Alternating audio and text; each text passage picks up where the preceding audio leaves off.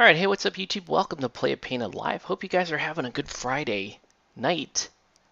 And here we go with another one of these. Trying out the new camera angle again. Let me know if you love it, if you hate it. I'm still getting used to it myself. I think it's kind of cool. We'll see.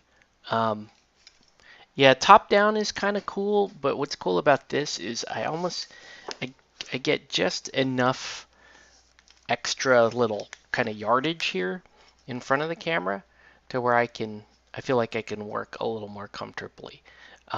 But you know, it may take a little time to get used to this camera angle. But yeah, so we're working on Rebel Veterans, and let me let you in on a little confession here. Sometimes what happens is this. So I started working on these this morning, and I went through, started to paint them up, and I figured I would stream tonight. And it was like an hour from right now. So an hour ago, I was still kind of, painting my way through these, and I start to make these decisions in my head, right? Like, oh, I'll just paint all of this right now because I don't. It's going to be a pain to paint that on camera. Like if, for example, like the cloth, right? The little detail cloth there. I'm gonna just paint that. I'm gonna paint that right now because that's gonna be a pain to paint on camera. Or some of the other smaller detail like the goggles and that sort of stuff. The faces. So you can see where this is going, right? So I'll go through and I'll paint uh, a lot of stuff that I just don't want to paint on camera. And as it turns out, it's like most of the model. Okay. Okay, so most of the model ends up being what I don't really feel like painting on camera. So that said, you can see these guys they're pretty well along. Okay, like they're gonna be done tonight. Um, but we'll paint in the finishing touches on these guys. And I'm just gonna apologize for that. If you really wanted to see me get like down and dirty with the painting, um, I go fast and I don't stop, and we just this is what we do. Okay. So anyway, um, so I'm gonna start painting in some of the gray because these are actually like close. These are pretty close to the movie colors, right? It's it's a lot of actually warmer whites than if it was just me painting this without a reference. I would paint these really cool whites, but it's actually a lot of warmer whites when it comes down to it. But the pants and the gloves and that sort of thing, they're all like a really medium gray. So I'm going to use this English gray on those parts, right? Specifically the gloves, specifically parts of the pants, and so on, which they've been previously color blocked in the Gravelord Gray speed paint, but we're gonna kind of give them a little more life here by just painting.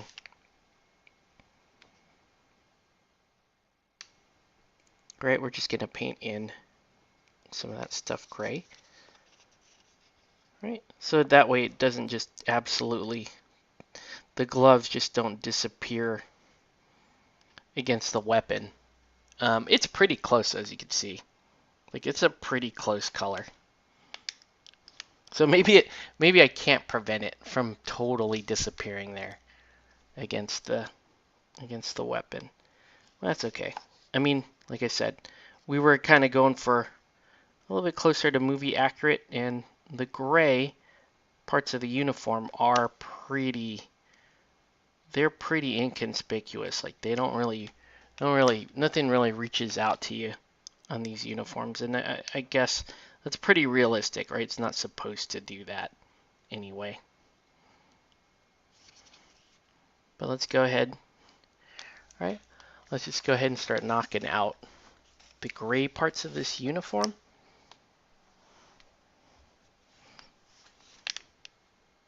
So here's the medium gunner. He's a really cool mini.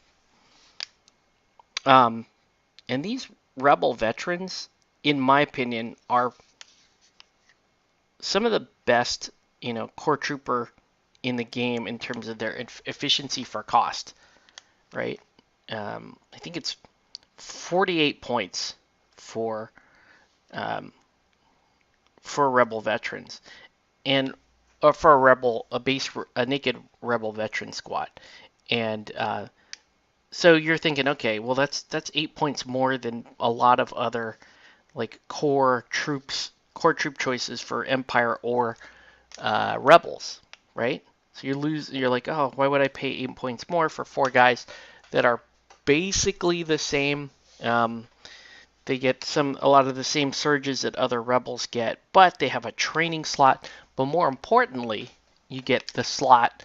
You basically get the slot for this guy, the medium blaster trooper, who is 38 points and just an absolute terror on the field. So 38 and 48, you're paying an average of 43 points for 2 units, right?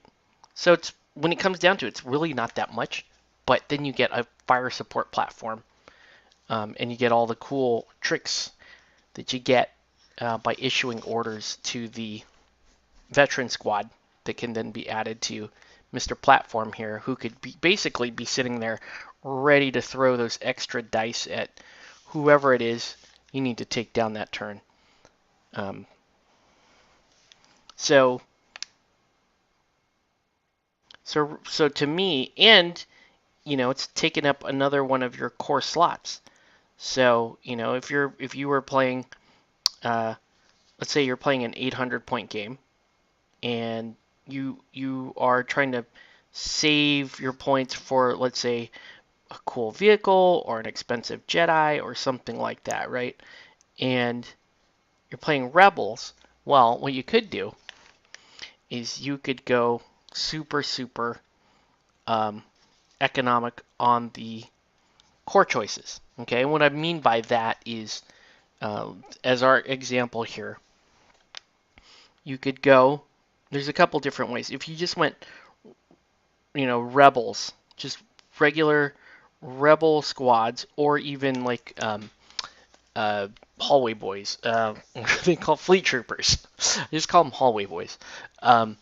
If you were just buying the 3 minimum for a regular full size game, that will cost you 120 points, right? You'll get 120 points, and you'll get 12 wounds because it's 3 squads of 4 guys. You'll end up with 12 wounds and 12 black dice, and not a lot of special rules on top of that.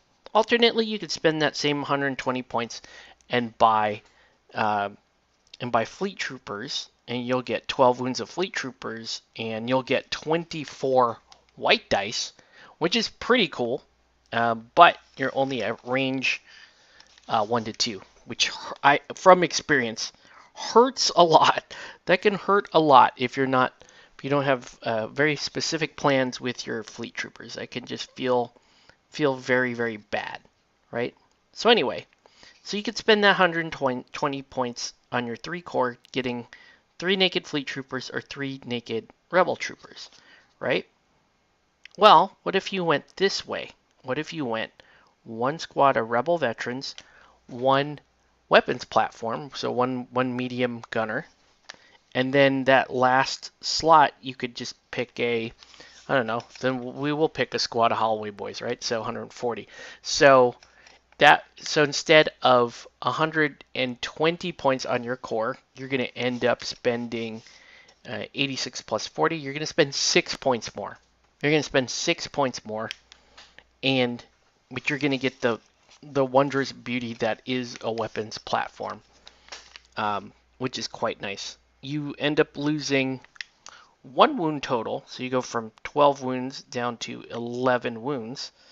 But what you gain is that really, really nice fire support platform, which is super dirt cheap, and now you have, the rest of your points to spend on the stuff that you wanted.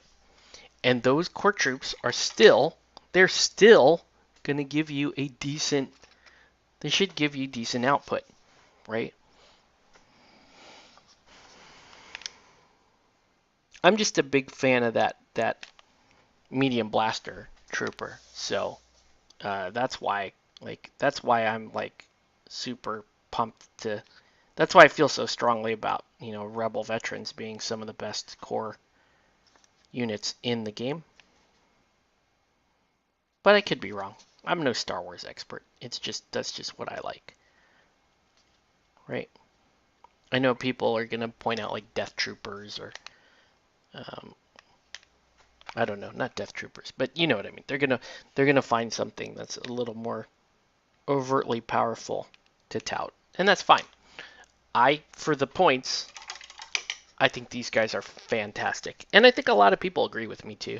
They're just really, really good economic units, and they fill in that slot so well for you,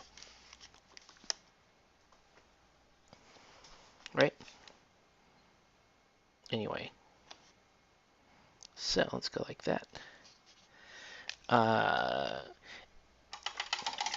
And honestly, from a painting standpoint, there's not much left to do now that I did that gray part. I mean, I could go through and go through with some actual white. Give myself a little working highlight here. Could do that. Nothing wrong with that. And they'll look really cool. Right? Could do that. You don't need to. Right? That white's not. This is about as bright as you can expect from the white. Right? It's about as bright as you're gonna get.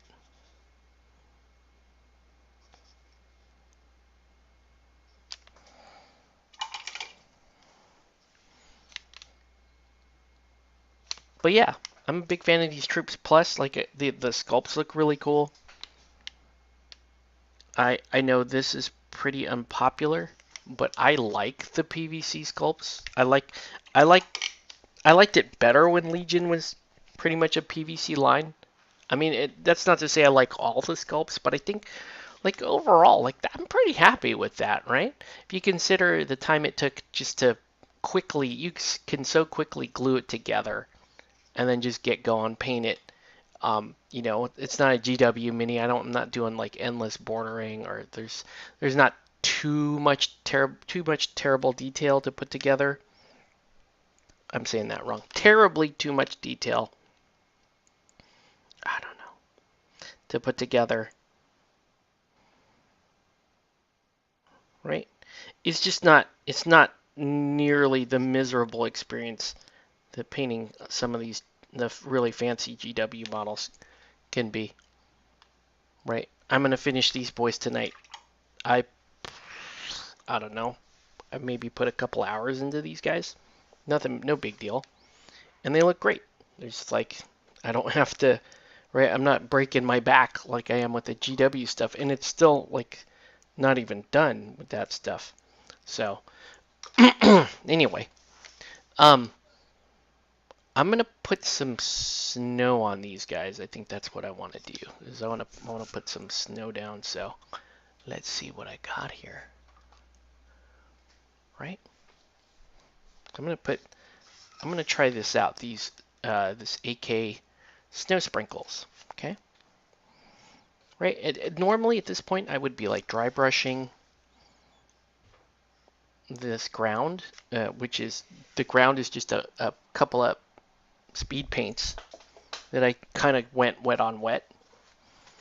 But if I'm going to physically just apply snow effect, then I don't need to highlight. I can actually use the snow effect to highlight this, and I'll show you what I mean by that.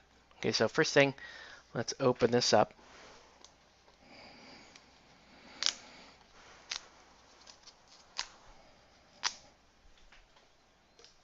Let's see what this looks like. Oh yeah, it's nice. So it's real liquidy, and it's got these tiny little pearlescent beads on it, right? Let's see if we can see, and you just kind of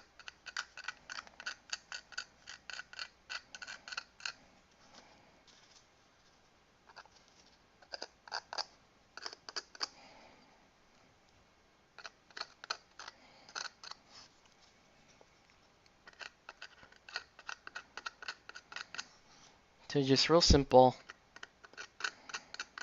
snow base. And you can see the snow stuff actually sits pretty well, right? That should look pretty good. Okay, and you just put on as much as you like and let that dry. Right. I especially want to kind of stretch the snow out over the brown patches and the gray patches, right? I want it to break up a lot of that, right? Not trying to cover the whole model. I just want that snow to kind of grab on there.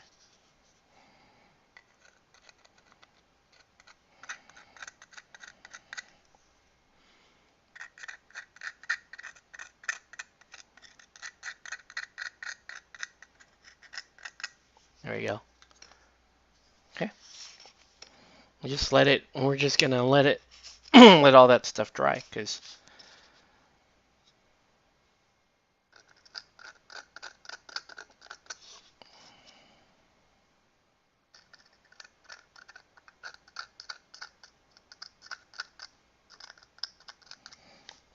yeah, I am liking this effect, and it's super easy to put on, right? I'm not mixing flakes with glue like I used to do. This is just pop open the lid and you can just start applying immediately, right? It's acrylic, so pretty easy to clean up if you make a mistake.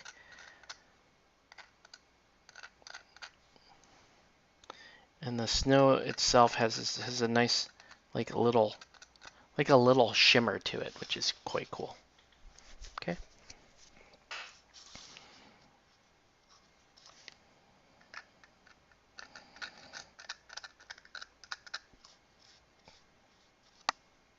So I'm gonna let these guys dry for a little bit with the snow on them.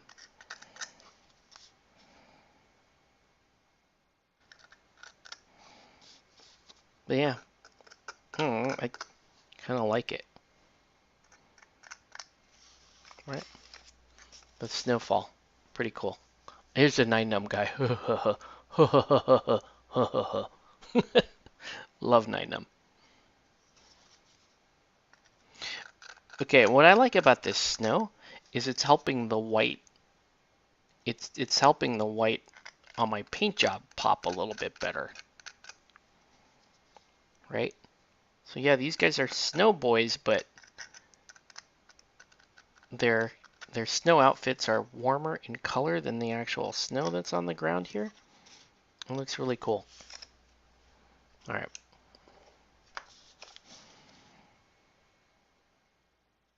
And we're letting all that stuff kind of dry. So I'm watching it as it dries. It dries slightly more clear than it looks when you put it down. That's kind of cool too, right? Because then you're just getting this little. It's a more subtle effect than like your pure like snow stuff. Okay.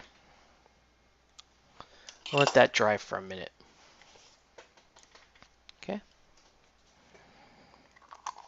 But yeah, that's the snow effect. It's pretty cool. Kind of a fan of that. I bet I have a second tub of that, don't I? I have ice sparkles. What do these do? These any different? Oh, this is actually dry. So you could put that on too if you wanted to. I don't really feel the need to. That's pretty cool.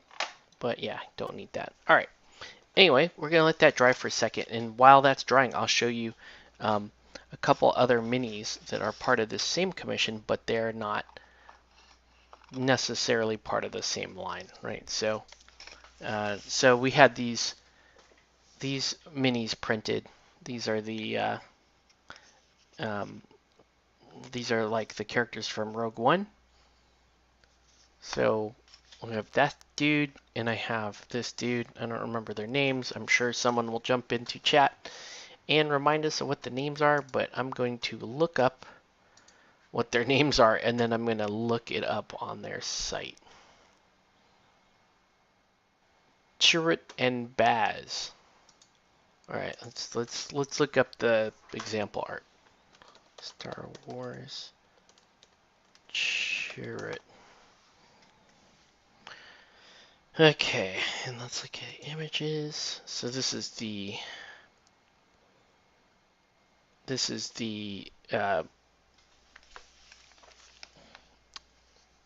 Ip Man, basically his character. Looking at the costume, most of it is like a very dark. It looks like it's kind of like a navy. It's like a navy blue, right? And navy blue, it's very dark, and it's got red underneath the cloak here, and then the belt and stuff is white. So, okay. Well, I can work with that. Let's start on this guy. Well, let's look at what the other guy looks like.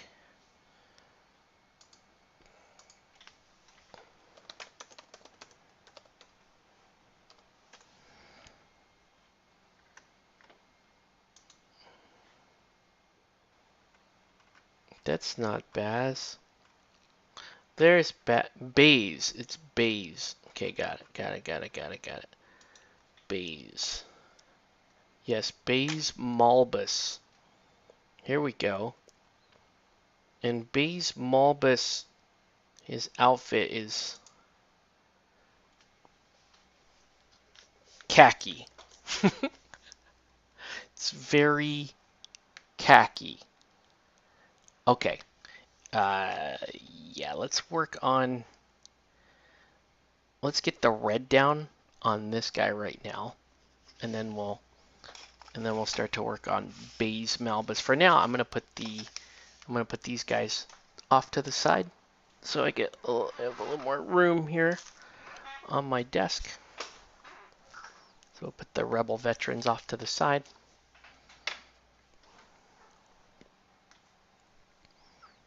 Baze Malbus. All right.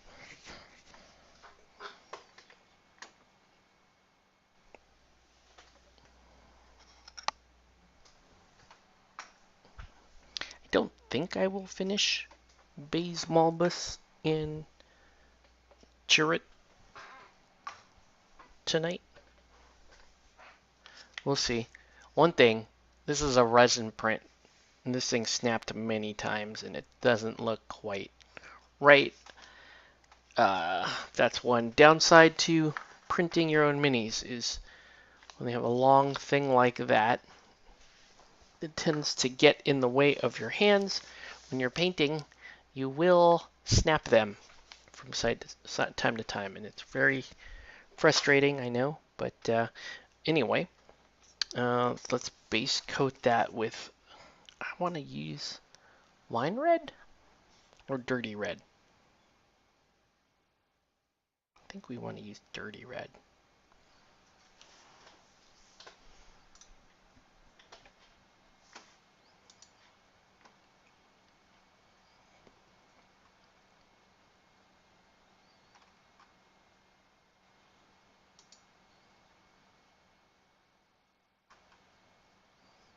Yeah, it's, and then that line is kind of red down there too. Like red in the middle. I don't know.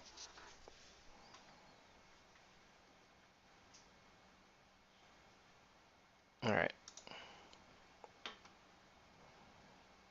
Trying to pull up the best looking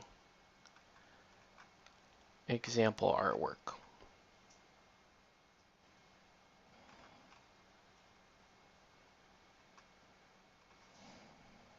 Hmm.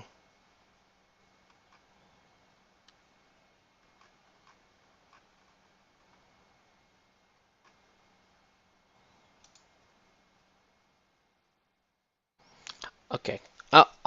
Let's just try to get this the way it's supposed to be. All right, dirty red is going in.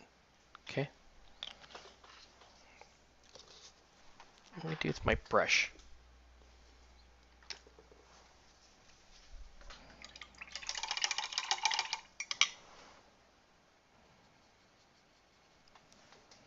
All right. We'll see how much detail I can paint on camera without going nuts.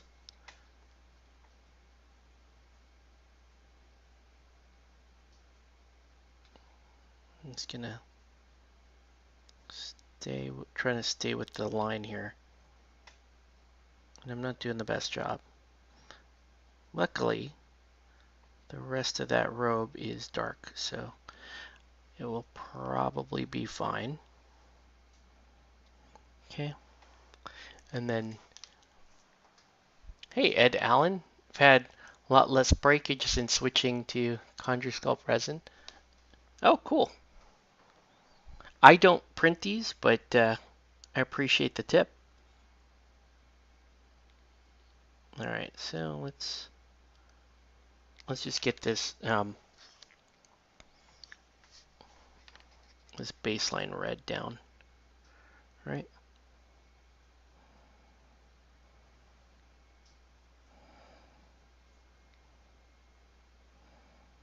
Are you doing any painting or hobby right now, Ed? Welcome to the stream, by the way. Pretty quiet night around here. Not that much activity for me tonight, but we'll do a little painting. And we'll see how we go, right? Okay, this is a pain. I want to take him off the stand and just get the inside of this red, but I won't. I'll just try to fill in as much as I can.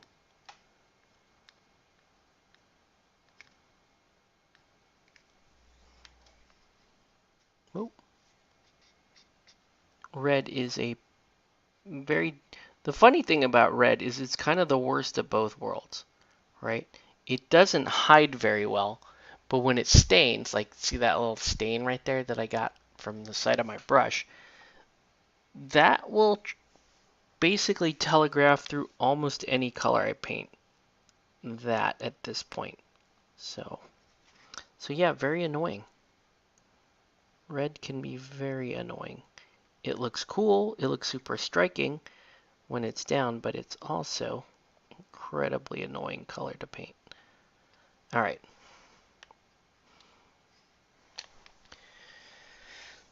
And then he has like kind of red here on his little bionic. Basically right there and right here. Right. No, just been hanging out watching YouTube, mostly Ukraine war news. Oof. Oof. I gotta be honest with you, I haven't been keeping up too much on that front.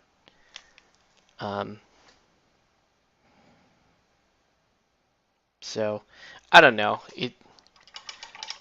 I I normally do consider like myself to be fairly well attuned to the news, but lately I just haven't been feeling it. And so it's been harder to get me to like to get me to watch news. Premature prime white. Yep. Yeah, red is very annoying. Okay. Um, and then the belt, these sections here are white, and I want to hit them with a white, but I'm also gonna need to, oh, I see. Wait, is this, I'm assuming if this is the underrobe, shouldn't this be red too? This back part? Oh, that's good. I'm trying to find out.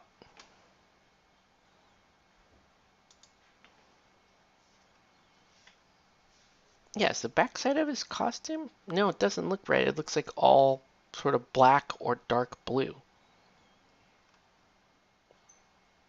Okay. It's a pretty damn cool costume. You got it. I gotta say. That's a pretty cool costume.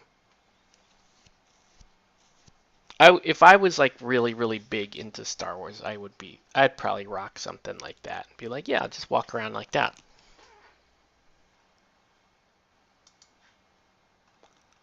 Then you have red on his, I guess he has red on the tip of this missile thing. So I guess there's that. Yeah, I'm pulling up reference art to be sure. Okay. Yeah. Uh, so now I want to block the white.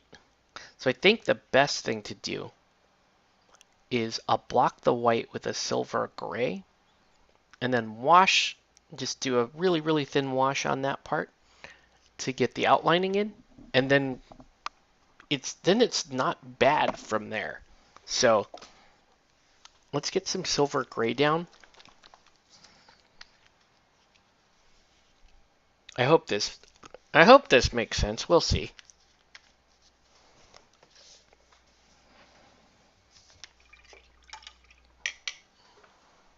But I'm basically gonna buy myself a subtle white sort of detail.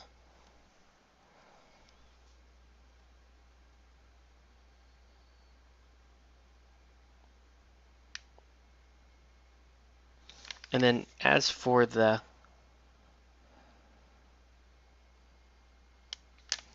rest of the robe, I'm wondering, I should probably, I'm wondering if I should just hit it with a black speed paint to block it, and then I can come back and do all the highlighting on it. That might be the way for me to go. Right? Because then I can highlight up to like that dark Prussian blue that looks very black, but it has a blue. It has like a really, really deep navy undertone to it. I think that's what I'm gonna do. And I'm gonna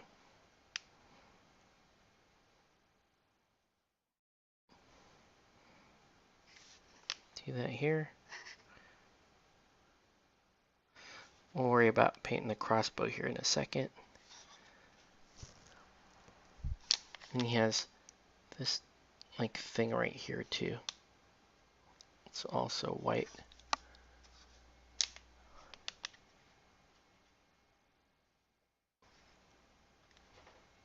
Yeah, this is a cool costume.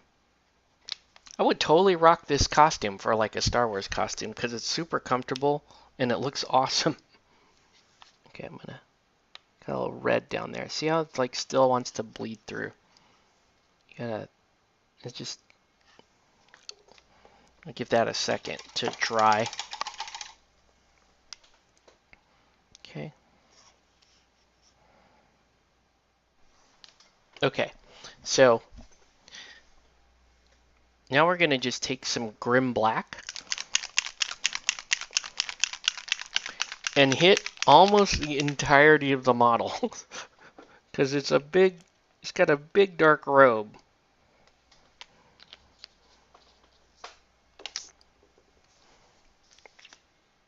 But I like to use speed paints to block the colors because it gives me a really good idea of what the detail on the model and what I should be mindful of when I've color blocked it out. And then especially with this where you want a color that's very close to black, but you're gonna mix in a color like a dark blue or a purple or something like that. And this makes it a lot easier if you color block with like a Grim Black.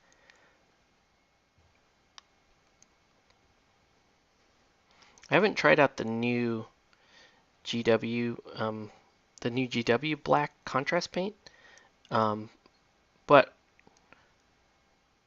all the other new, like the Gen 2 contrast paints I've worked with, are all significantly better than the original contrast paints. So that's pretty good. All right. So I'm just gonna continue to block around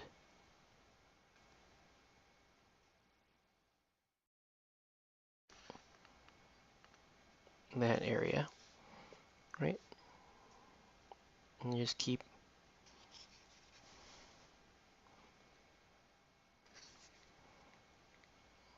right. This will help me clearly block off where I can be and where. It's really solid black. Well, that's cool. I'm pretty happy with this Army Painter Grim Black, but you know, I'm pretty pleased with all the new GW contrast paints. So I definitely see myself at some point trying out the new black that they have in that line. It's so weird. Like I feel like some of this should be red, but it's really not.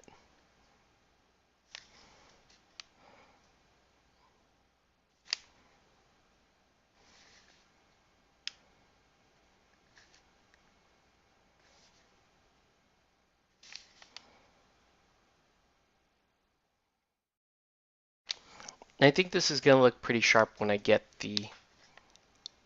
see, I feel like that should be red right there. Shouldn't it? I feel like that should be red. Whatever, hold on. One thing that is not black is this stripe. So let me clean up the stripe here.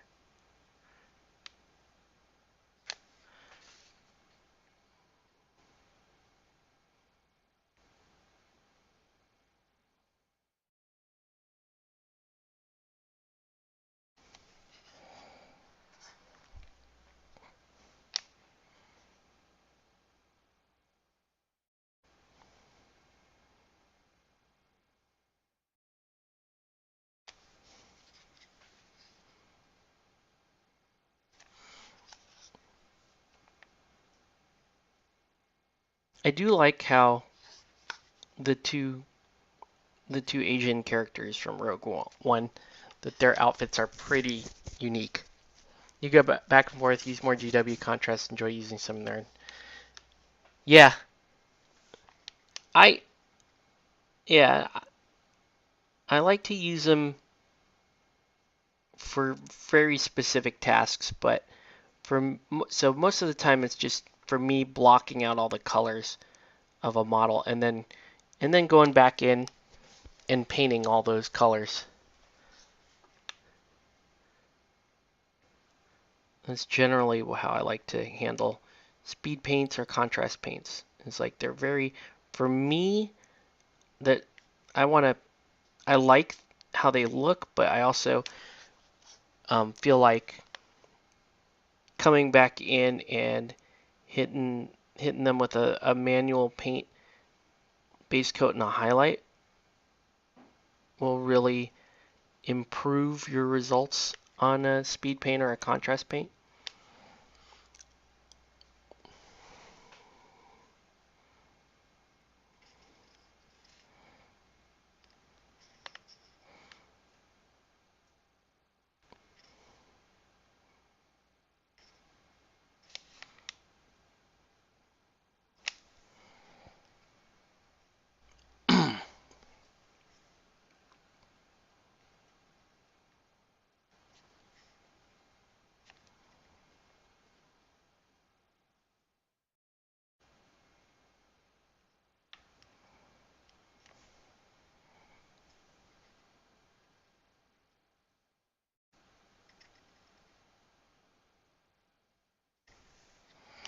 I should be watching uh, more Ip Man.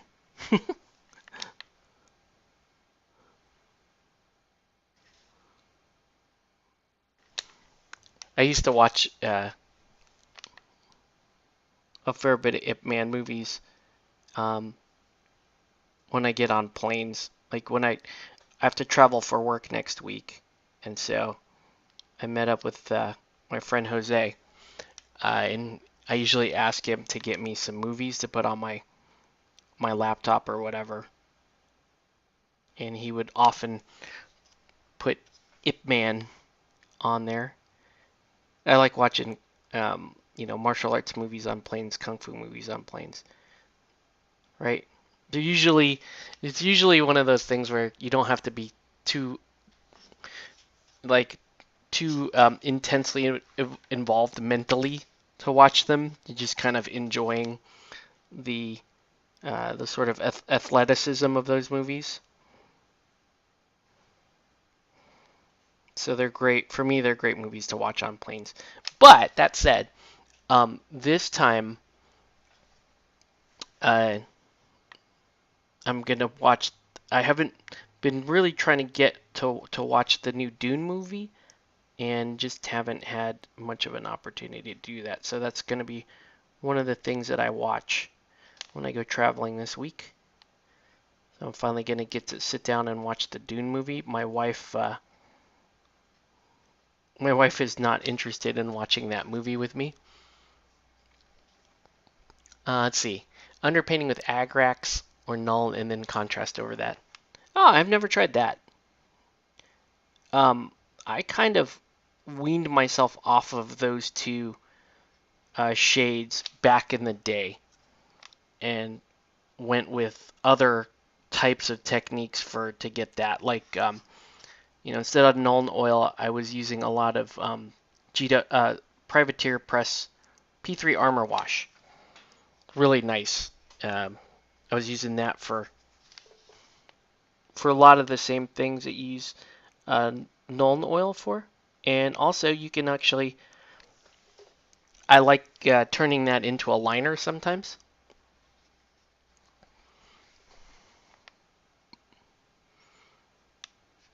Let's see.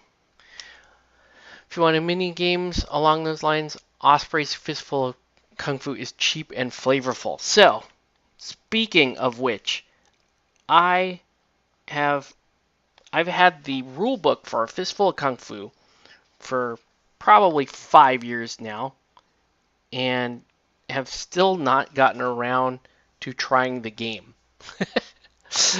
Tried so many different games um, around Fistful of Kung Fu, and I even went so far as to buy, or uh, I bought that Dragon Tides game. It was supposed to be an officially licensed Bruce Lee board game.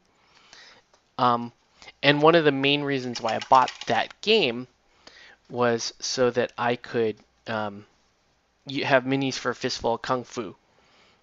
And yeah, it that game has some has a great Bruce Lee mini, a Brandon Lee mini.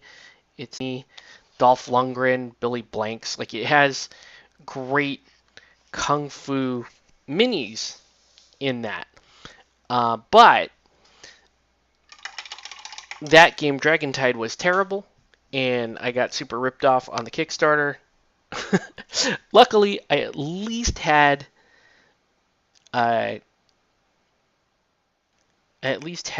the minis from the core box, but we were supposed to get a lot more. We got those of us who backed that Kickstarter got ripped off pretty hard. You're thinking going back to? Cool. What do you playing these days? Like what's your what are your go-tos these days? Um, I'll answer mine while I'm waiting for you. For me, I've been playing a lot of Star Wars Legion, uh, BMG Batman miniature game. We play some Marvel Crisis from time to time, some Malifaux. Oh gosh, that's still wobbly, isn't it? This thing is terrifying. You sit with your see that? It's I don't know why the it's like the glue is just very very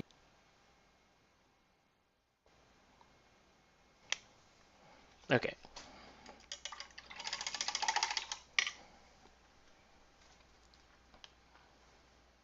Most recently, 5 parsecs from home, Ronin, Daisho. Oh, you play Ronin and Daisho, Oathmark and Stargrave. So you really are into like your Japanese or Asian themed skirmish games. That's pretty awesome. I'm uh, I'm pretty impressed with what you're running on your table in Pulp Alley. So you play a lot of the like mini agnostic games, which is super cool. I used to play a fair bit of Frostgrave myself. We played In Her Majesty's Name back in the day, um, but no, most recently it's been, I really like to support um, our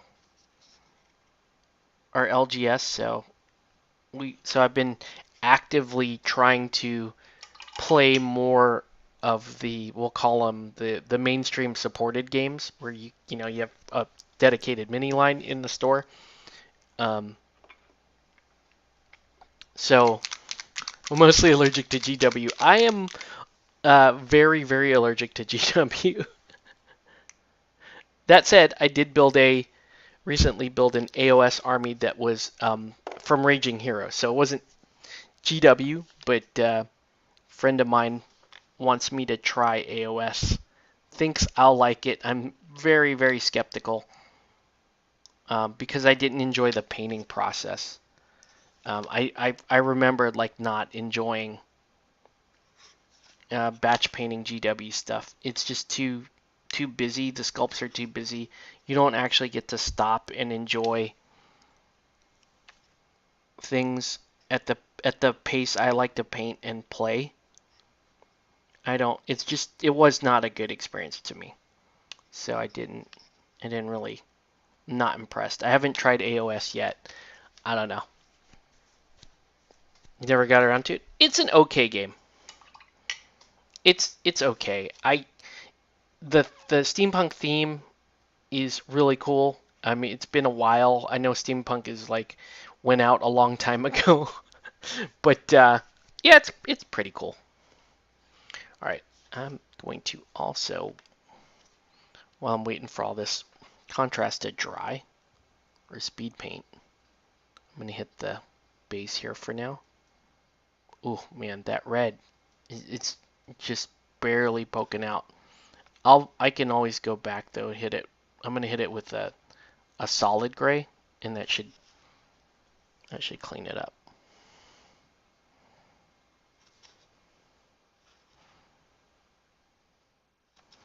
I want most of this. I need most of this guy to dry off.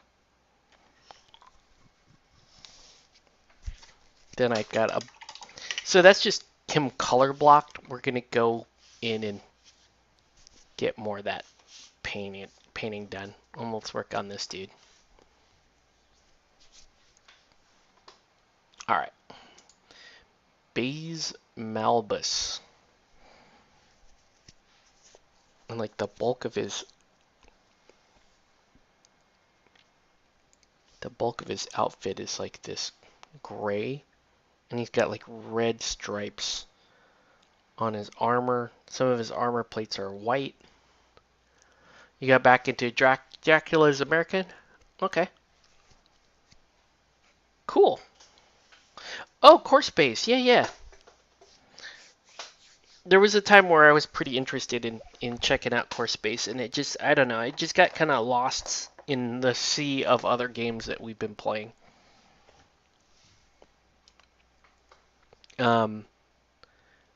Yeah. So right now, I gotta say though, my favorite game is Batman miniature game. Oh, Bushido. Actually, there you go. Yeah, if you like playing, your Asian Japanese themed fantasy games, have you checked out Bushido? What are your thoughts? Um, I I really like Bushido, but it doesn't like me. Core Space is okay. I'll put it to you that way. Yeah, yeah, yeah. I I like Bushido. Bushido doesn't really like me. All right, so let's go ahead and paint the.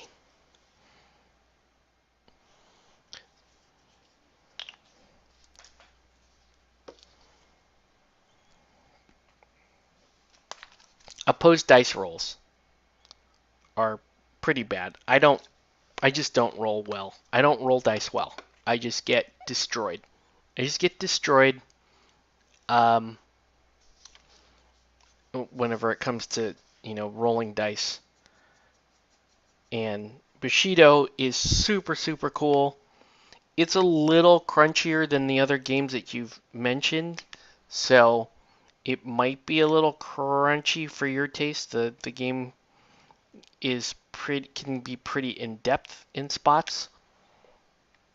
Um, but the mechanics on it are really interesting, and I have fun with it. But you know, when I'm asked to roll dice, it's just gonna be a bad day.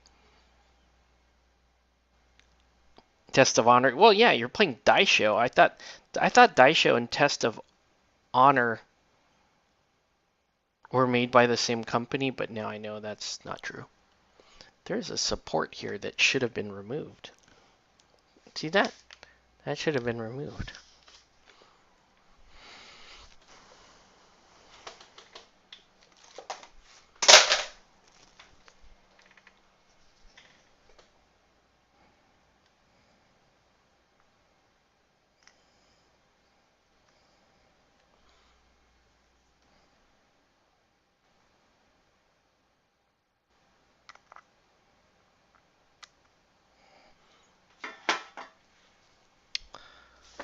Now this guy, his colors are a little uninspiring. Is that a support? Or is that actually supposed to be there? I can't tell on some of these. Whatever, I gotta just get the base coat down.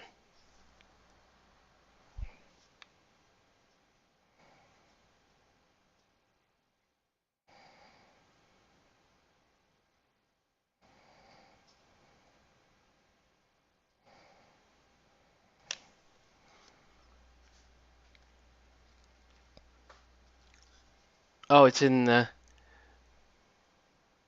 Oh, I thought that was called something else. I probably have that rule book somewhere then. Because I remember there being that Asian release for In Her Majesty's Name. Actually, speaking of Bushido, I do have a Bushido Mini on my painting desk that has been sitting here for a little while. So I will get to him at some point. I'll show it to you in a hot second here.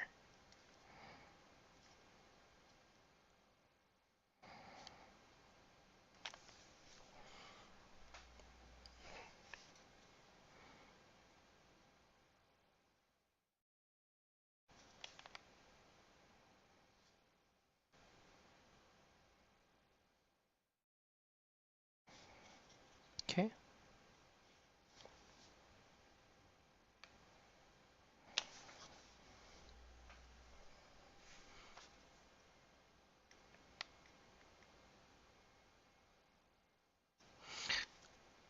I will say I'm not a fan of this pose. You don't get to see really much of the miniature like this. Yeah, that's not very good.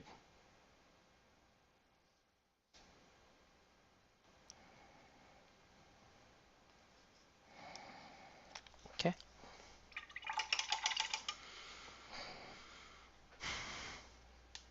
Got it about to procure. Oh man. All right. Let me show you. So here's the Bushido Mini on my desk. I have a few different lines. Oh, sorry. A few different lines on my desk right now. Let's pop that right there. So this is Jin from Bushido. Pretty cool throwing that shuriken. That's pretty cool. I've got a fairly sizable Silver Moon trade syndicate for Bushido.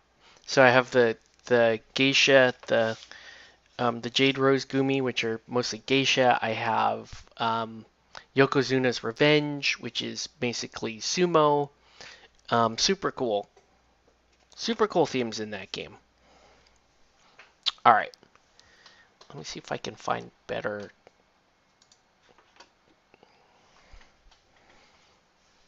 So this version of Baze does not have the... Oh, okay, so this is actually supposed to be black right there. Gotcha. Just that area right there. Okay. I'll let that dry for a second. Yeah, let's go ahead and start painting some red.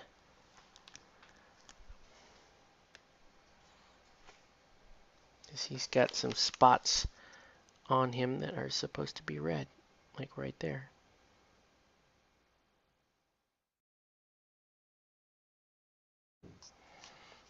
And this plate right here, this is all red here.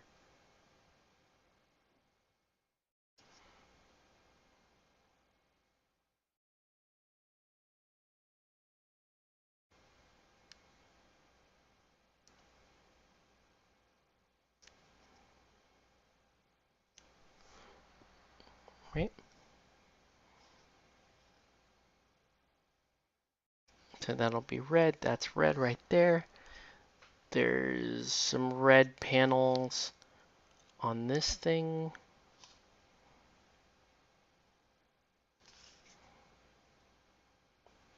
And then some of his armor plates are also supposed to be red.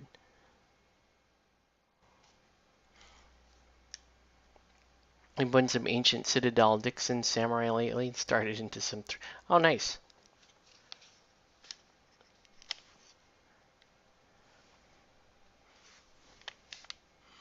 Yeah.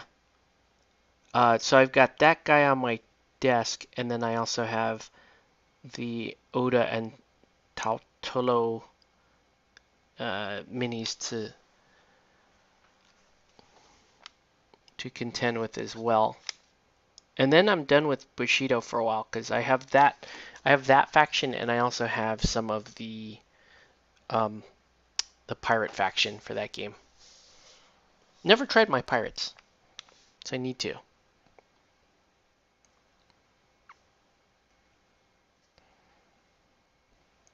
I got the cool shark people for that, but I don't know if I couldn't tell you if they're any good.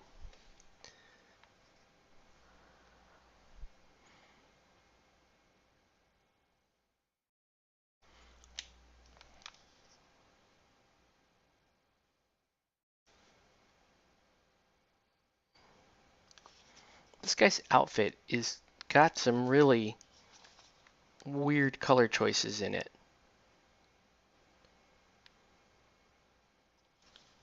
And there's some bumps here, I believe, from the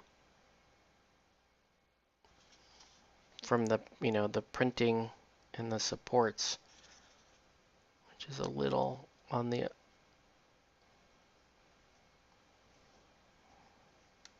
curious side, right? And it is very hard to paint this chest piece behind the ammo belt.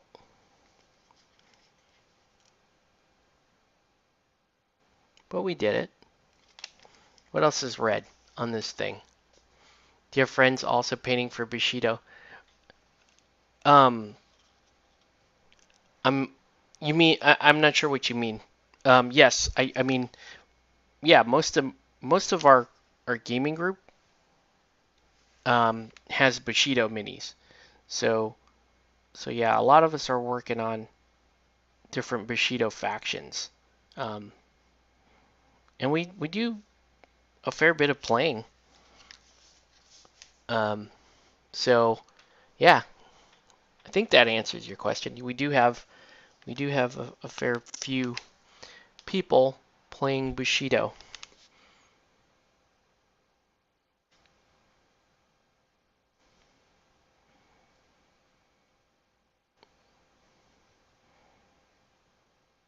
And we were trying to get it in the shop so that we could, because I wanted to host, actually wanted to host a Bushido tournament. All right. Um, Looking pretty good so far. There's this part here that's red for some reason. I don't know why, but it is. Okay.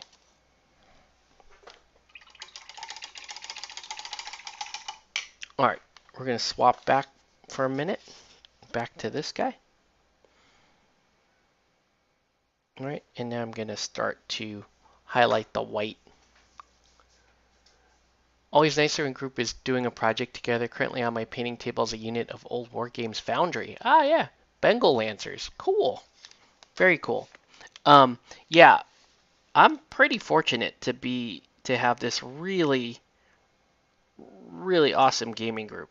And we play all those games I mentioned and more.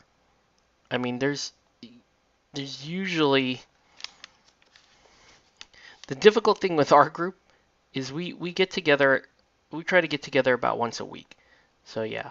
So usually gaming like once a week, but every time we're gonna game, we have to figure out like what systems are people bringing, right? And then so if you're playing like uh, usually it's like, okay, I better bring 3 different games with me. I better bring Star Wars Legion, I better bring Bushido, I better bring Batman miniature game, or I better bring, you know, um, Legion or MCP or uh, Legion or MCP or I don't know, Bushido or AOS. A lot of our guys also play like X-Wing, so we're likely to call out X-Wing too. We want to play some X-Wing. Yeah, there's just a lot.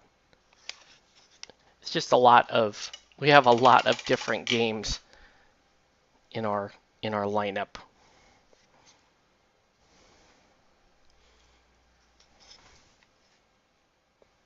All right, it's pretty good. All right, so let's get. She's already starting to look pretty good, right? I'm gonna try to get rid of that red. It's just gonna keep bleeding through. Let's try that. Let's hope that covers it. Okay, and uh, let's get some dark Prussian blue.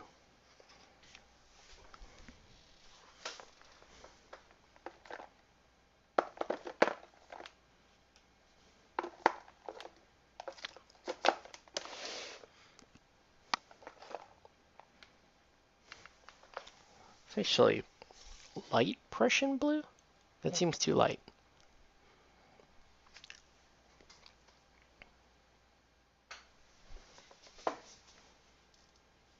But yeah, my gaming group is we're super active, and we always have a lot of projects going on at the same time. So, for example, right on my desk, we've got some Star Wars Legion, we've got Bushido, we've got Malifaux 3rd Edition, we've got Batman miniature game.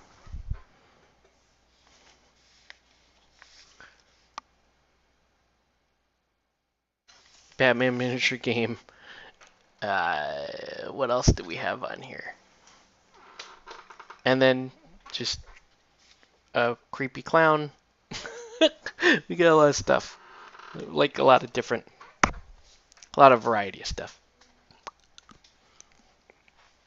Okay, so now I gotta find my dark. I thought I had dark Prussian blue.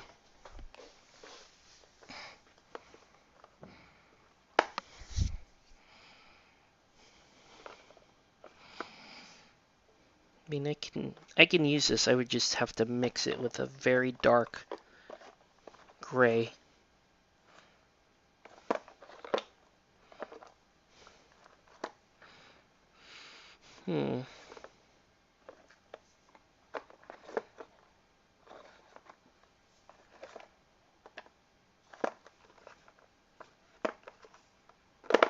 Cannot find my dark Prussian blue. Interesting. Here it is, dark Prussian blue. Got it. What's your part of the creepy clown? I have a few old metal Malifaux and use them for weird West skirmish. Malifaux used to be my all-time favorite game. It used to be like my one and only game. Loved Malifaux version 1.5.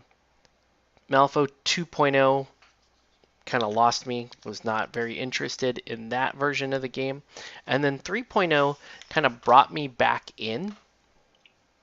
But I will say that I'm starting to feel the overload for Malifaux is, in my opinion, one of the crunchiest games ever made, especially the 3rd edition. It's one of the it really does take a lot of brain power to adequately get through a full game, maybe several games of Malifaux, right? Is it worth it? Is the question, right? For your gaming experience, is it worth it, right? To me, it sounds like you and your group want to play a lot of different systems. You want to kind of explore and enjoy like different themes and that sort of thing. You don't want GW stuff breaking the bank and eating up too much of your time. So like you seem pretty similar to my group in what we like. So I don't feel like Malifaux is right for the kind of groups that want to play lots of different skirmish games. I think it's great for kind of boutique hobbyists. I've seen people that don't look like they would normally play miniature games really get into Malifaux, and then it becomes their only real tabletop game because of that, right? Because it's very hard to be a casual Malifaux player. Let's put it to you that way. Okay, this is kind of cool. It's getting a. I don't think you can pick this up on camera, but it's getting a nice kind of that nice navy undertone to it. It's really nice. Been thinking about trying Infinity, maybe too crunchy. Yeah. Yeah, Infinity is the game that I wanted to like more than anything. I've tried Infinity 4 different times. Painted a lot, and I mean a lot, of the Corvus Belli range, and really enjoyed the painting part of it. Some of the coolest aesthetics I can think of in a miniature game. But the game, the Infinity, the game just really never kept my interest. It, it wasn't the crunch factor, it's the frustration. I feel like playing Infinity, to play a game of Infinity is to be in constant frustration. Uh, I'll explain what I mean by that. It's like, and I've mentioned this a bit on my streams in the past, right? My issue with Infinity is that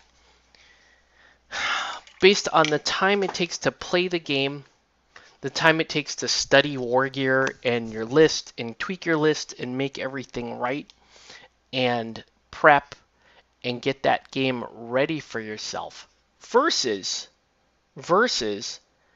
um, the actual amount of decision you make in the game, and when it comes down to the actual like crazy good luck dice roll, it is not, the juice is not worth the squeeze.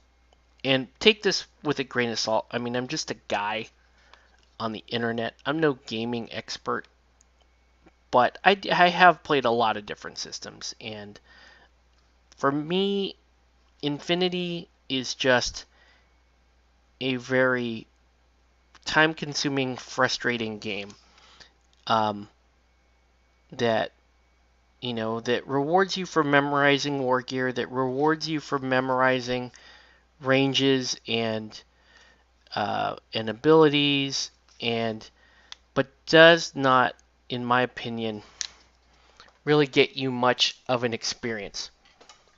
Kind of like Magic. Maybe, yeah, if you really tried to like Magic and you couldn't get it. My problem is this. Here's Infinity, right? Here's my guy. He has all these stats. He has a stat on his gun. He has all this interesting war gear, blah blah blah blah blah. Spent all that time putting them together. And then here's my opponent's guy, right? He's got all this stuff, blah blah blah blah blah. You go 3 turns and you decide to shoot. You decide to shoot at another guy. That's it. You made one decision. You made one decision. You decided to shoot at a guy, right? So if you decide to shoot at the guy, then you're like tipping out. You're using the cover, blah blah blah. Then you can't check your range. Then you have to measure your range. Okay, you measure your range. Then he has to check his reaction. What's he gonna do? Does he have a reaction? He's got to decide. And you're sitting there, for lack of a better term, you're trying to shit on the pot, and you can't. You have to hold it in just long enough to make, not to make any decisions, but to work the mechanic of the game. Okay, so I'm trying to shoot at him. We're looking at charts. We're doing the measuring. Here we go. We're gonna shoot. Are you gonna shoot? I'm gonna shoot. Are you gonna shoot? I'm gonna shoot. I'm gonna react. Yeah. I think I have to react. Okay, we gotta look at my war gear. We gotta look at my skills. Okay, look at your skills. We gotta look at my skills. Okay, what are your skills? Okay, do we have the range? We got the range. Okay, that's the range. That's the armor. Okay, that's the target. This is what we're doing. Okay. We're going to do it now. Here it goes. We're going to do it. We're going to do it. We're going to do it. It's going to happen. Here we go. And you do all that. You think, and if you calculate that exact number that you need for the guy, he's going to do it for you. This is now 5 to 7 minutes later. You've made one decision. You've made one call. I'm going to shoot at this. That was it. That's all you did. And you went through all of that. You looked up the hundreds of keywords. You looked up your weapon stats on the chart. You looked up the guy's armor. You looked up exactly what you needed to hit. You roll these. And it's like, oh, okay, well, that misses and that misses. Okay, let's do it again. Let's do it again. Okay, 5 to 7 minutes later. 5 to 7 minutes later, you made another decision to shoot. Oh man. Oh, the guy missed again. He missed again. And then, oh, well, I hit. Well, how bad did you hit? Now you have to work all that out. All of that out. Or let's do this example. Oh, look, I hit. How cool. I hit. Oh, no, I hit the exact number I needed, so I crit and you died. Right? Right? That's the problem I have with Infinity. You play 3 turns. You make a total of maybe, let's call it 15 decisions for 3 turns and 2 hours of your life. You're looking up weapon stats. You're looking up keywords. You're looking at charts. You're waiting for your reactions. For all of that, all you're really ultimately doing is playing a game of paintball. Okay? Okay? That's okay. That's the problem. That's the problem I have with Infinity. It's the problem I had with Kill Wager, because Kill Wager is the exact same thing as Infinity, and there's all this fluff and pomp and stat and chart, and it doesn't deliver on, I want this cool tactical experience. Okay, if you really want it to be about ducking around corners and taking pot shots or taking aim shots and that sort of thing, there are better, cleaner ways of doing that. Okay, there are better, cleaner ways of doing that. And at the end of the day, when you sit on the pot, you want to take a shit. You don't want to be, you don't want this constant frustration of, oh, when's it going to happen? When's it going to happen? It's going to happen. When's it going to happen? That's the problem I have with Infinity. I'm like, guy. And I love the Infinity universe, and I love the aesthetic. I can paint Infinity all day long and not get bored. It's absolutely gorgeous. Some of the best miniatures I've ever seen are Infinity miniatures. Okay, I cannot praise Corvus Belli enough. They are by far the best in the business for making metal miniatures these days. Some of their attachment points are super weird, but it's fine. It's fine. Their miniatures are outstanding. Now, I will say this. Yeah, I know if you're just playing FPS and you get the same kind of experience. I will say this. If you really do love the Infinity universe and the aesthetic the way I do, 2 games you should look at. 2 games. One, especially if you've got a good gaming group, Defiance. The Defiance campaign game. A semi-cooperative, very fun game set in the Infinity universe. Uses, Corvus Belli miniatures. They're absolutely gorgeous. Defiance. If you're into, if you like that Descent type feel, you want to play something, a progressive type campaign with your friends, absolutely highly recommend Defiance. 2, and this is my absolute favorite, is you should really, and I cannot stress this enough, one of my favorite, I think pound for pound, this is the best miniature game experience you can offer somebody. And I'll explain my answer here in a minute.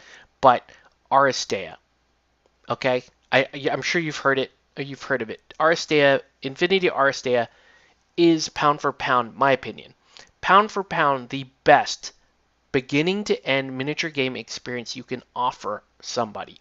Okay, and let me explain.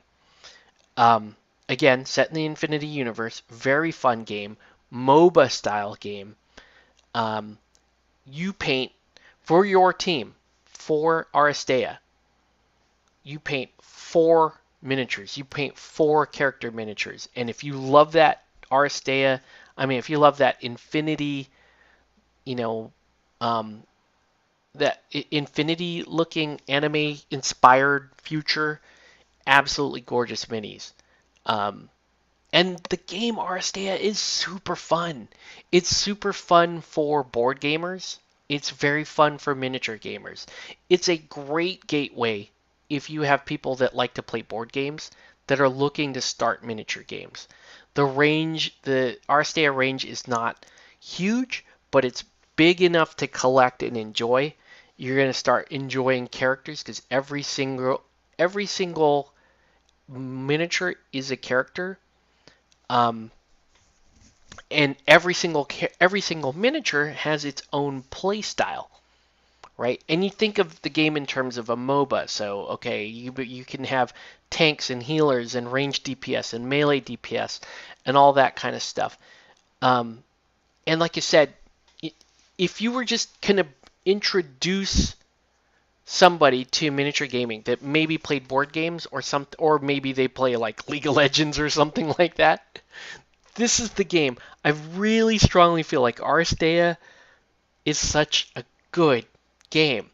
Anyway, for us, for guys like me and you that want to paint like good quality miniatures and really enjoy that, I would say spend the extra money, and I know it's more expensive because you do need the plastic kit, but spend the extra money and go out and get the alternate metal sculpts for Aristea.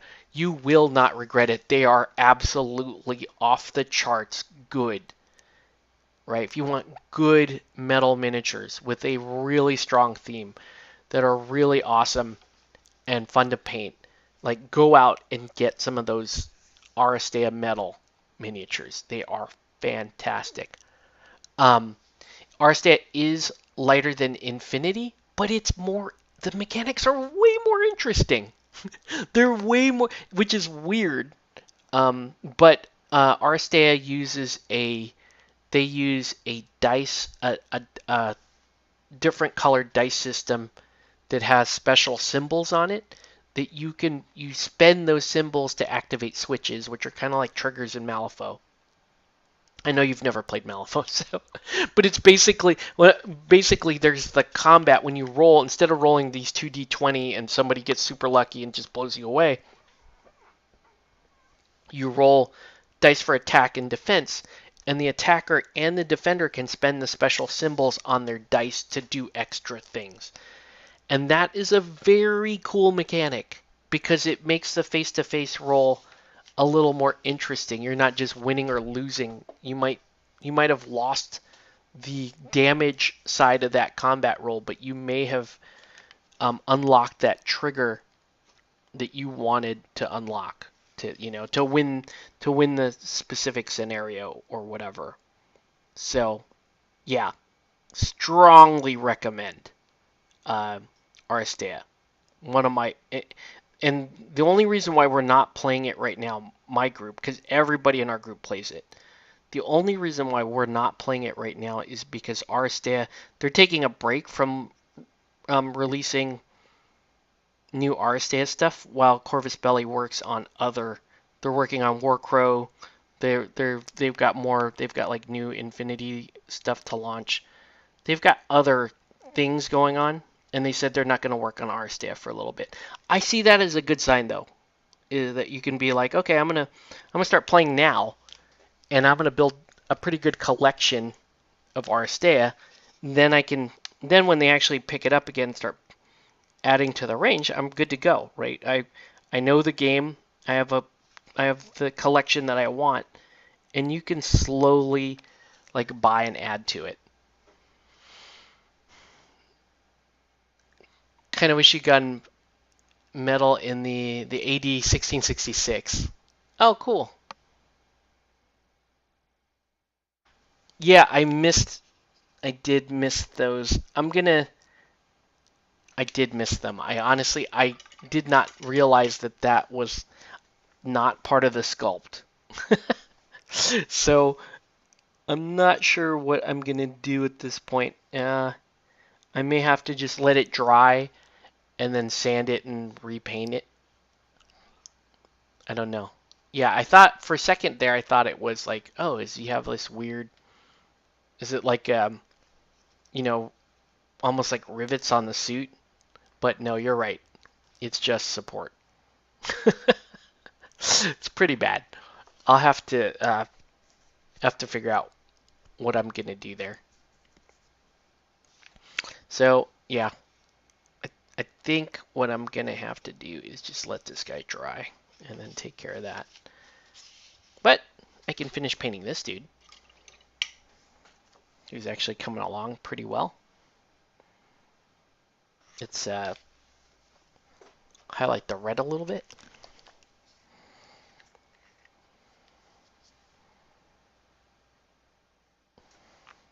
Yeah. Can you tell I miss Aristea? I do miss it.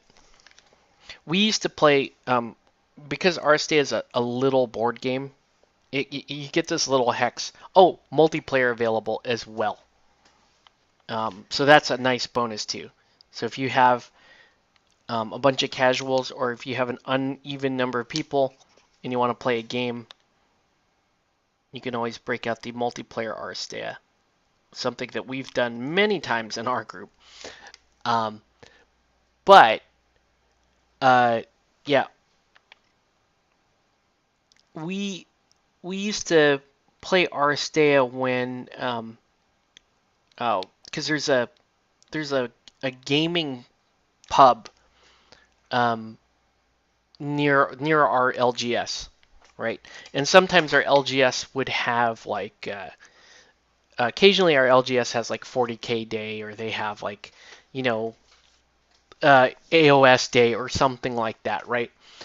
And we can't game at the shop because it's full, right? Two 40K players take up a giant 6x4 table, right? Which you could use that same 6x4 table to get six Bushido players on the same table. But anyway, I digress. Um, so the game shop would fill up when there was like too much GW. So what our group would do is we would have our Aristea. We used to just keep our Aristea in the car. Most of us just kept it in the car because it was like, oh, okay, we don't have room or time or whatever. Let's play some Aristea. And we used to go to the bar that's, maybe a half mile from the LGS. It's just right around the corner, literally. So we would just go around the corner to the bar. And even at a bar where you have limited table space, you could break this thing out and play a good game of Aristea. And so it was our pub game. We used to play and get we'd play and get like wontons and wings and and pints. We would just sit there and play Aristea for an afternoon. Um, it really is. I can't recommend the game enough. It's super fun. If you like sci-fi, you like Corvus Belli, you want to play, and you want to play something that I consider Aristea to be light and crunchy at the same time. It's a light game, but when you get into the triggers and like, oh, I'm going to add, when you're building your team of 4 players, that's where you can get pretty creative, right? Because there's no factions or anything, but you put together your 4. Like, here's my 4 players. You normally, when you're playing against, like in a tournament scenario, you'll pick, I think it's 8 or 10 total aristos, and then then you and the opposing player will have a draft because you can't have the. I love that the game will not strongly discourages you taking the same character, you and your opponent. Like it's strong, especially in organized play. You should not be fielding the same character that your opponent plays. Um, and sometimes it's rough too because you have your favorites, right?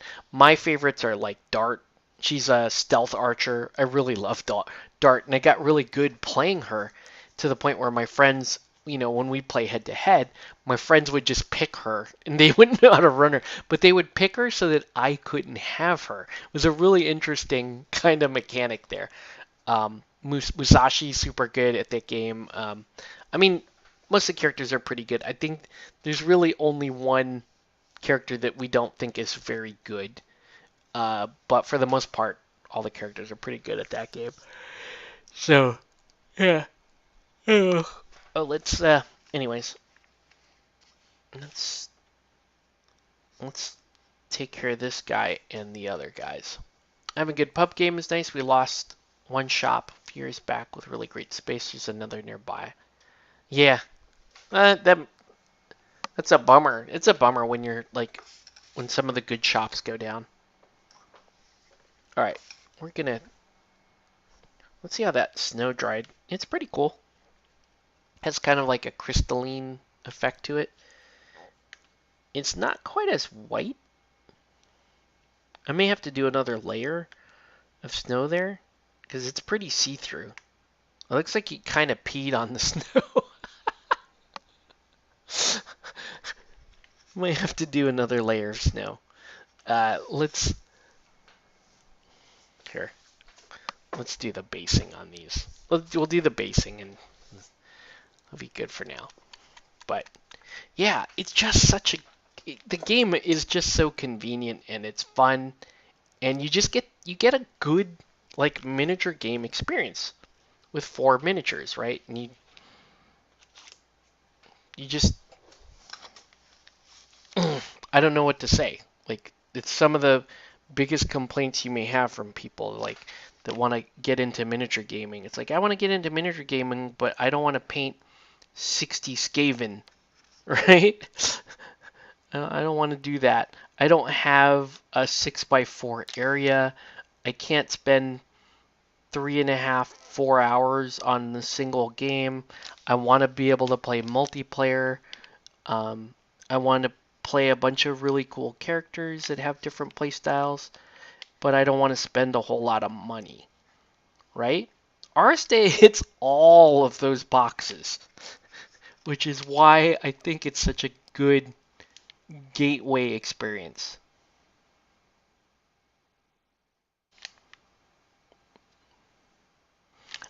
I really do. I wish I knew a bunch of like board gamers that would be like interested in trying out a miniatures game, and I'd be like, okay, let's do a boot camp. Let's play a 4-week boot camp where we teach you how to play Aristea, and during that 4 weeks, you try to paint, one or more of the models, so you get the painting experience. And what's cool about that is you have plastic models and you have metal models, and you can tell the players that like, hey, just practice on your plastic models, and when you're really feeling brave, break out the alt metal sculpt and paint that.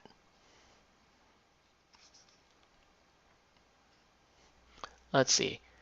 I have a ton of base finishing to do, about 2 years catch up. Yikes. Flockapalooza.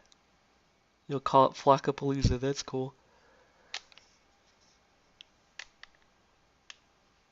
What I like about Legion is the batch painting really is not that bad at all. Right? I started these guys today and just kind of casually knocked them out while I was going about my day. And yeah, we're gonna be good to go.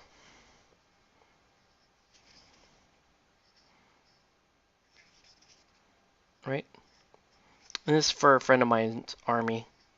My my rebel vets they're like that Han Solo fake blue jacket themed.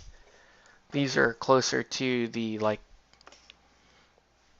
movie the movie accurate costumes.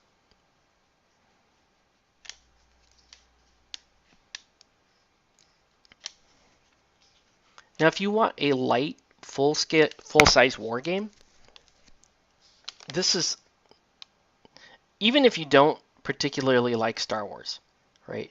And I'm one of those guys that likes to make fun of the Star Wars story, but I do like the universe. I like a lot of the aesthetic and the tech and stuff that they have. So I like a lot of the stuff around Star Wars, but the don't get me started on some of the goofiness of the movies and the problems with the central plot. Because I'll be here a while. Anyway, all that said, I do like Legion as a sort of if you were ever like forced to like, okay, I want to play a game in public that is publicly supported and has a reasonable player base that isn't going to be GW prices or GW jerks. This is, I would send you this way or to MCP for that.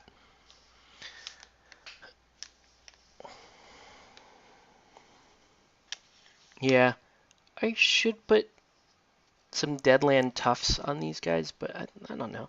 Actually, now that the snow is starting to dry a little bit, it actually is looking kind of cool. It kept that shine, so the snow looks wet, which is pretty cool. All right, so we'll go like that, and we'll get this dude done. You like original trilogy, Star Wars less so. Yeah, I like Rogue One. I really, for me, I just like the original trilogy and Rogue One, and I don't really care for much else. I watched the first two seasons of I felt like first season of Mandalorian was really good. The second season was, I just did not like it at that point. But it's Legion's a pretty, like, if you're just gonna play a good, you want to play a solid, we'll call it solid. If you want to play a solid sci-fi battle-ish size game, it's definitely not nearly as many miniatures as 40K. That's a good thing in my book. Um, then I think Legion can fit in your repertoire, and it is in it is insanely easy to get into Legion. Like they did a really good job making it easy to get into Legion.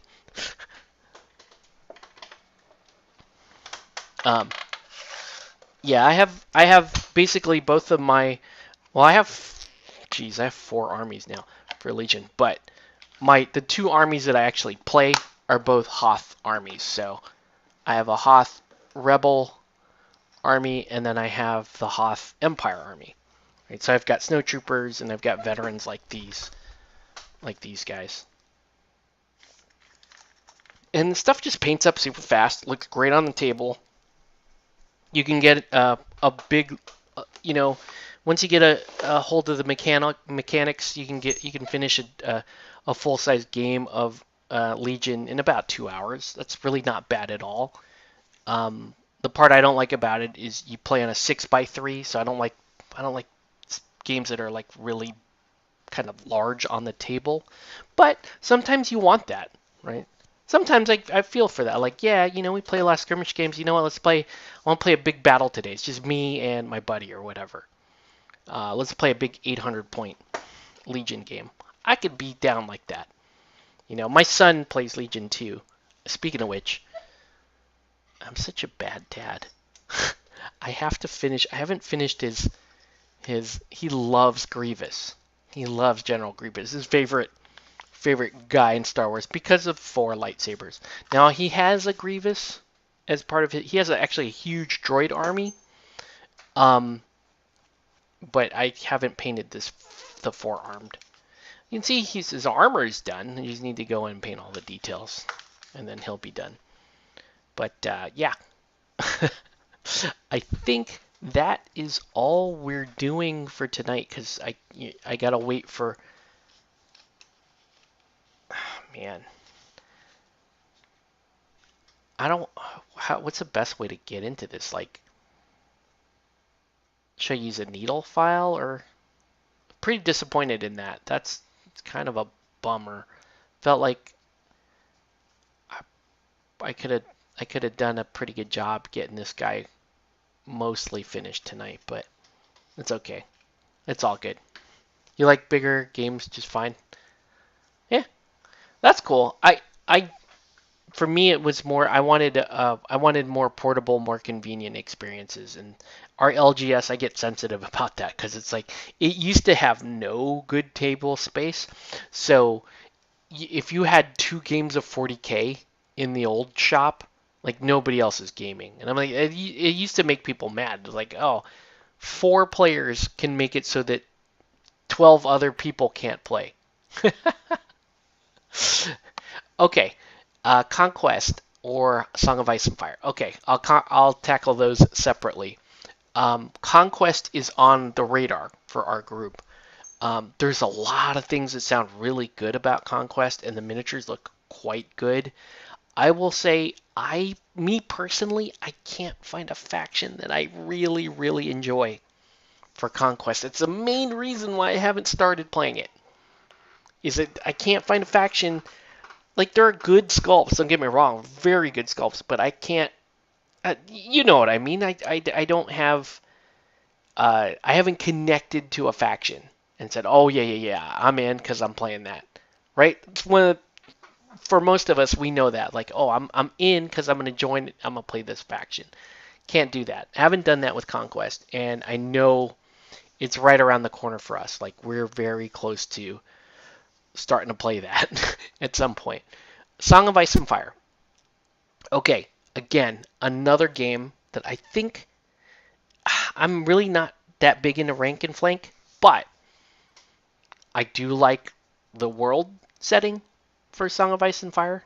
Um, they don't have. I would want to play. Oh man, what's the? I would want to play some house that really isn't combat oriented. Like I would want to play House Tyrell. Because House Tyrell has all the hot girls and all the food. So I'm like, yeah, that'd be great. Anyways, um, so they don't make a House Tyrell army, uh, but even even that considered, I'm sure I could be fine just playing Dorn or somebody. I'll just play something weird, right? Um, Here's my issue with Song of Ice and Fire. When you paint a squad in Song of Ice and Fire, you're usually painting like 12 minis, and they're only 3 sculpts. And they're not great sculpts most of the time. And so the painting side of the rank and flank for Song of Ice and Fire is like, has me full of dread. Um, so I'm like, oh man, I just painted 1,000 points of High Elves, and I just don't like that batch painting, right? I'll batch paint this stuff all day long, right? This is easy peasy batch painting. Like you can get that stuff done all day, every day, not an issue. But sometimes when it's really grueling, like Song of Ice and Fire, oh man, that can be rough. Um, so yeah, I guess my answer is yes. We will get into those games because I know my buddy Jake is already painting or plotting to paint a Song of Ice and Fire 2-player starter, and he's gonna make me play that. And he was the guy that actually compelled me to paint my AOS printed army. Um, so it's on the radar, and we want to play Conquest too. But like I said, the minute I find a faction that I like in because right now Conquest is basically just dwarves, orcs, undead, and humans, right? And like I mean, those are the standards. You gotta have those, but I want something weird. Like dark elves would be kind of cool. I generally like the sleek looks of like high elf armies and that kind of stuff. Um, right? Because I had a high elf army in fantasy. I never really liked playing fantasy that much, but I liked my army. I hated painting it, but but it was cool when it's all done. And I'm looking at 1,000. I have 1,000 points of painted high elves right now. They're called Lumineth Realm Lords or whatever they call them in AOS. Bleh. Um, but yeah. Anyway, I think that's all. I used to paint DBM. Oh, nice. Um, yeah, this is pretty much all the painting we're gonna do tonight, but that's plenty. I just gotta fix this dude, and then, yeah, he's not looking so good, Baz. I gotta fix his eye. Yeah, he's doing okay. Anyways, I think we're gonna call it here. I got actually get some stuff to set up before my trip next week. I like doing Eldar in Epic. Oh yeah, yeah, yeah. Epic was a cool game. Yeah, my buddy Jake, that's still his favorite game is Epic 40K. So, anyway, um, yeah, I'm gonna call it a night because this is what we got done for the evening. Thanks for joining me. I'll probably kick on the camera maybe Sunday night if you're gonna be around. So, anyways, that's gonna do it for this stream. Want to thank everyone for watching. Have a good night, guys, and we'll catch you.